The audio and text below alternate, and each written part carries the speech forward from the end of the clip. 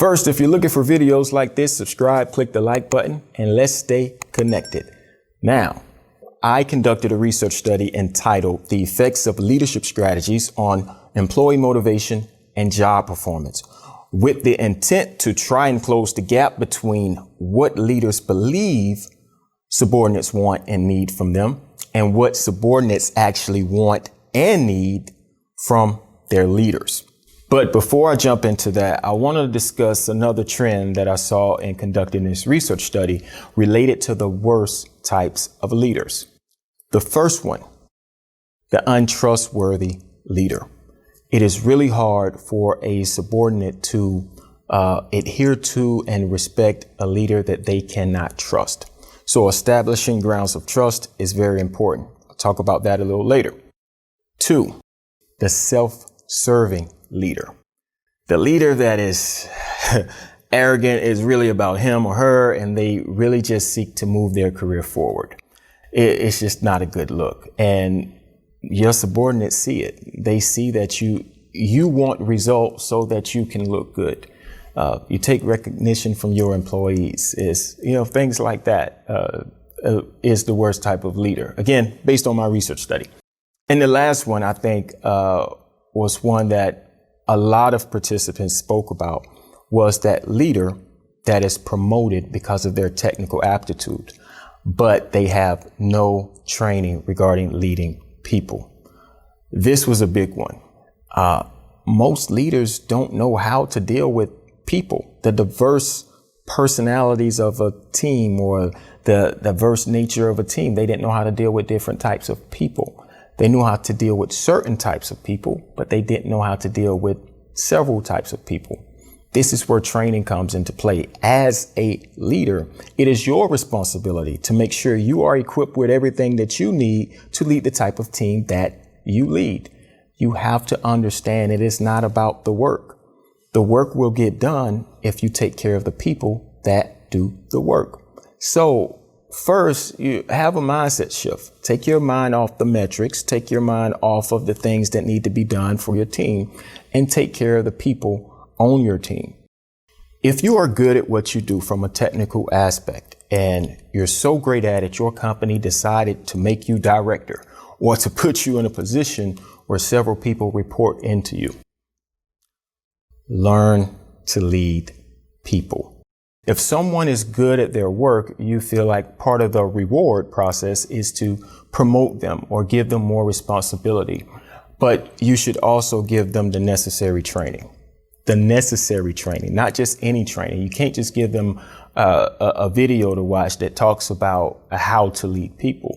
You should probably, watching a video now, kind of funny. Anyway, you want to give them more hands-on training, because leading a diverse team can be quite challenging, because frankly, the people are the most important asset within the organization, and you have to know how to lead them. And this kind of ties into the first theme that I'll discuss in a second regarding development. People want a leader that is not only great at what they do, can not only teach me what you do, but in essence, teach me how to be a better person in doing that, personal development to some degree.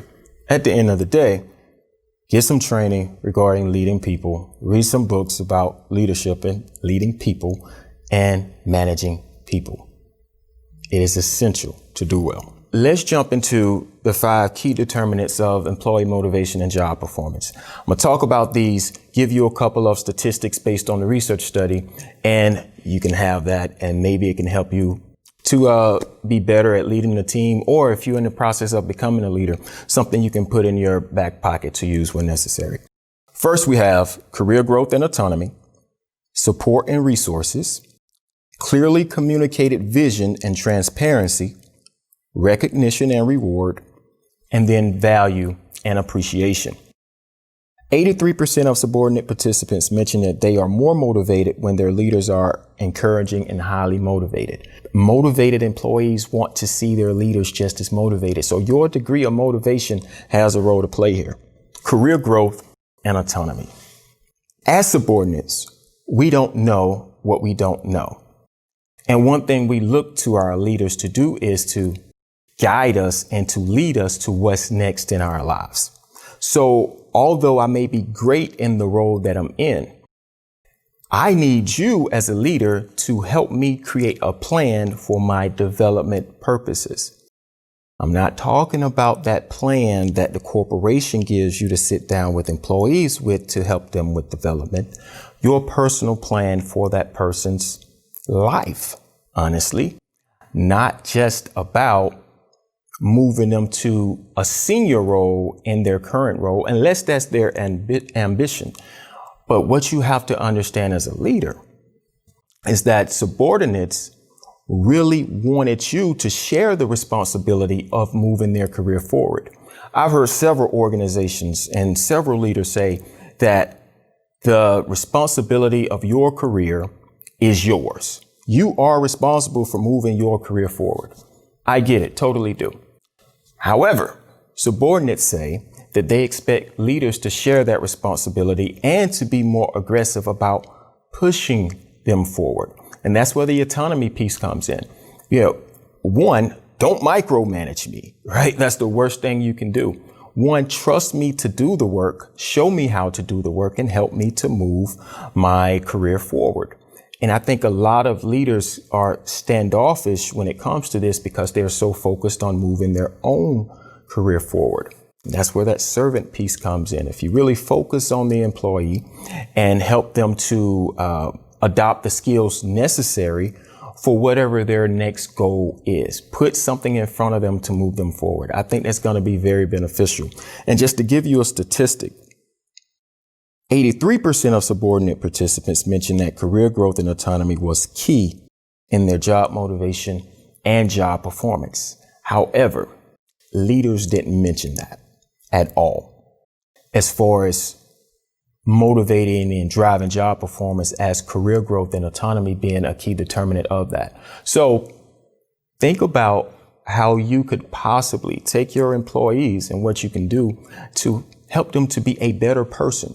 This is, and I know I said career growth, but again, going back to the conversations and the experience, a lot of employees wanted you to really be a mentor holistically, like my whole life, not just my career. And no, technically that is not your responsibility. But again, if you want to be a better leader, help the whole person and not just that one aspect regarding career growth. And then two, autonomy, very important. Trust that the employee know what they're doing. And if they need training, get them that training and continue to trust them, because that micromanaging piece really doesn't sit well with anyone, right? All right, next, support and resources. I can't tell you how important it is to support your employees. 75% of subordinate participants mentioned that support from their leader had an impact on their degree of motivation and job performance. However, 58% of leaders mentioned that for them to be more effective, they needed more support from their leaders and more resources from the organization. This was like a slippery slope. I need support. I can only give the support that I get from here, and so forth and so on.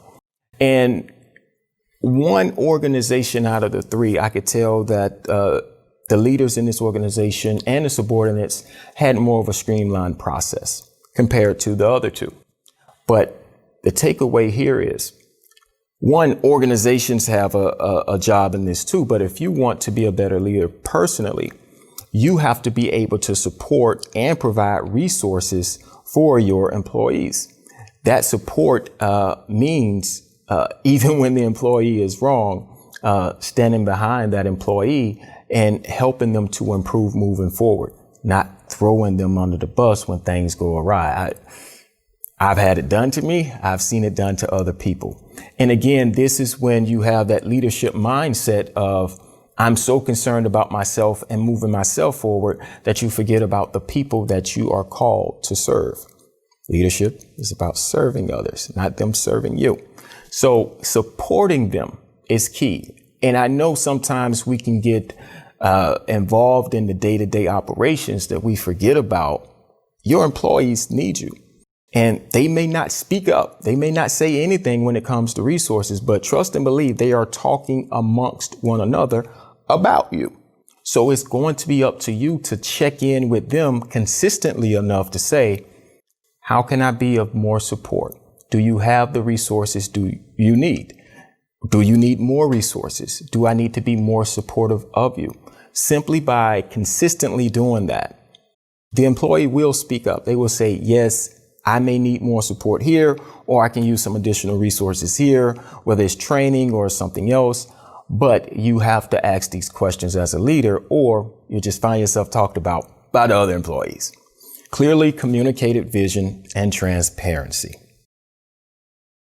58% of subordinates said they needed clear communication and transparency simply to perform well in their role. However, only 33% of leaders mentioned communication and transparency as key factors when it comes to motivating employees. Here's the gap again. So, clearly communicated vision. So important. I can't tell you how many times personally I was told one thing, went and did that thing, and then told me I should have done something different. I'm sure you've probably had the same experience. So, and that's where that clear line of communication and that transparency comes into play. You have to ensure that your employees have the understanding that they need in order to do what you actually asked for, because it becomes frustrating when they do something and then they have to do rework. I hate rework. You probably hate rework as well. But when you're not clear about your intentions, you're not clear about what you expect of an employee, and it causes rework that leads to stress. Same thing when it comes to transparency. You have to be an open book. Well, not an open book, but you have to be transparent, especially about things going on in the organization. The worst thing that can happen to a person, especially during this time, is all of a sudden they're laid off. And you've known for weeks that this may possibly happen. And frankly, there are even cases where leadership will tell you to tell your employees or not to say anything about this to your employees, because they don't want people to voluntarily leave and start looking for work. Why? You're going to let them go. You should care enough about their livelihood and protecting them than to be concerned about the day-to-day operations of a company again, especially if you're considering letting a person go. I mean, give them a little leeway. Again, these are people, right? At the end of the day, these are people that have families and financial responsibilities, mortgages, rent, food that they need. You don't know their situation. So transparency and not just related to layoffs, right? You want to be transparent about everything that's going on with your team. And that's where that trust comes into play, right? When your employees trust you, they respect you on a totally different level. And that level of respect goes a long way. Because again, they are talking about you consistently. And you want them saying good things. You want them saying that they trust you. Transparency, clear communication. You can't talk badly about one employee to another employee.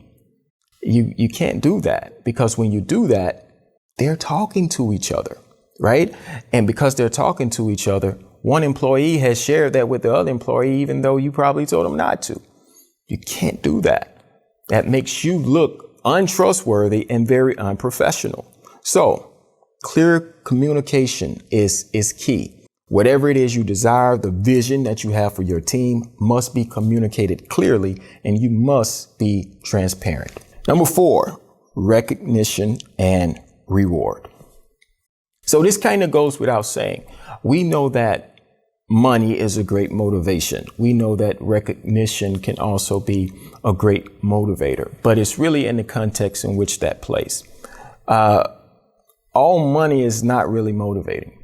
So when we talk about reward, though, giving me a raise basically is an indication of my performance. If you give me a raise that is less than what I believe I deserve, or it's more of an insult to me than a reward, I'm not going to look at that as motivation. I had an opportunity, let's say, to get an 8% raise, and I only got a 3% raise. And you justified that by my performance, but I felt as if I should have gotten more. that is going to make employees disgruntled, right? So it's really in the context in which you give money and recognition or any type of reward, really. So in some cases, it may be better to not give a reward opposed to giving a reward that is a crappy reward. Something to think about. All rewards aren't great. Don't give me a $2 raise and I had the potential to get a $6 or $7 raise. I'm going to be insulted by that. Of course, unless that employee's performance is just crappy. But at the end of the day, it is your responsibility, shared responsibility, to ensure that that employee can perform to their greatest potential to receive the greatest reward that they could possibly receive. So with that, make sure that the rewards that you are giving are not just something that you feel obligated to give, but something that they're going to be grateful for, because you could do more damage by giving a crappy reward. Now let's talk about recognition. Sending your employee an email and saying, "Great job," is not recognition. That is telling them great job via email. You have to recognize your employees publicly. You have to do this so that other people can see it. They have to be praised in front of other people. You can praise them privately as well. You can have conversations. You can come by and just encourage them consistently. Good work. I really appreciate the work you do. That's one thing. But if you're doing it privately all the time, no one else knows about this person's work and no one else knows how much you appreciate this person's work. And going back to the general, hey, just let you know, I appreciate you all. As a team, that's random, that general conversation. And you have a team call, hey, thank you for all you do. Or no, I'm not talking about that. I'm talking about sincere, right? Sincerely telling your employees, look, I appreciate the work that you do, and expressing that across on a big call, rather, publicly, not just to the smaller team, but if you get an opportunity to do that on a larger scale. It's how you recognize and how you reward your employees, because again, doing those two things wrong could be detrimental to that person, their performance, and your team as a whole. And lastly, tying this all back, value and appreciation. When people have arrived to a place where they feel they make a decent salary or they make a certain amount of money where they feel well compensated, they're going to really begin to focus on the value of the work and being appreciated as an employee and as a person. As a leader, you have to convey, in some sense, the value that their work brings to the organization. I know working in supply chain for me for years, it took me a while to understand the importance of my role as an analyst doing supply chain for a while. And then I realized when the pandemic hit and everyone couldn't get what they want when they wanted it, it was people like me that worked as an analyst to ensure that the bread was on the shelf at the grocery store when you went to buy it. Very critical role. But sometimes you don't see how the work you do brings value to the organization or to the world. You want to feel like your work is impactful. And the work that we all do is impactful in some type of way. And you want to find a way to let your employees know the value of their work, not only to the organization, but to the greater good, that people are living better lives simply because of the work that you do. You have to do that. And again, going back to the recognition and reward, they want to feel appreciated. Kindness, right? Thank you goes such a long way. I appreciate the work you do. Goes such a long way, especially when you're in a leadership position, because so many leaders, when they get in a position, oh my gosh, they become arrogant and they use that humility and they become ambitious and so self-centered and focused on themselves that they forget to serve, and they're not so concerned about the other person. If you want to be considered a good leader, again, this is where that trust comes into play. This is where employees are going. They're looking for a model to adopt as a future leader. And if you can give them that, they're going to respect you more and they're going to appreciate you more, which is going to increase motivation and job performance, right? So going back to career growth and autonomy, this was more about personal development. Again, we don't know what we don't know, but we believe that there's something you know that you can share with us because you're in a position that I'm not in. So what is it that you can give me that I may need, but don't know that I need? This is where the disconnect is, right? Leaders saying, what is your goal? What is your ambition? Where do you see yourself in 5 years? But leaders aren't coming out saying, let me share some things with you that I've learned along the way. It's very rare that I've had any leader in my life, and I've had some really great leaders, I will say that, and some not so great. But I didn't really have any leaders that intentionally sought to inspire and develop, personally develop. Maybe one or two that played with it a little bit, but took the time to say, a teaching session, I want to inspire and develop you as a person. Again, that disconnect between the career aspect and the whole person. Leaders are like, what are your career goals? And that subordinate is like, I want you to teach me everything that you know. So we may not ask the right questions. We may not know everything that you know, but if there's something you know that you can share to make me just a little bit better than I am now, share that information because it's going to go a long way. And again, it goes back to trust, transparency, and caring. When you do that, subordinates believe that you care, subordinates trust you, and subordinates respect you. And that's going to increase performance and motivation on your team. So I hope this was helpful. Please subscribe to the channel if you want to see more videos like this. And until next time, manifest your potential.